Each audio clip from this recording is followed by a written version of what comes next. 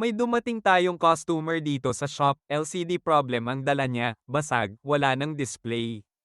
Siyempre, bago natin galawin, tinanong muna natin. Ma'am, anong klaseng LCD po ang gusto mo? At ang sagot niya, yung pinakamura lang, boss. Kaya ang pinili niya, Class A LCD. Brand, M&K.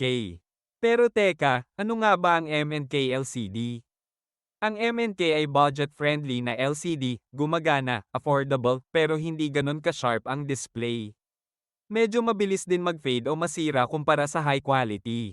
Ngayon, ay compare natin sa TM Superior. Ang TM Superior LCD, mas malinaw ang kulay, mas responsive ang touch, mas matibay at mas tumatagal, pero syempre, mas mahal.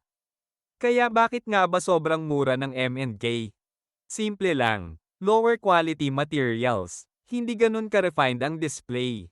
Shorter lifespan. Pero kung tipid mode ka, pwede na, pang emergency.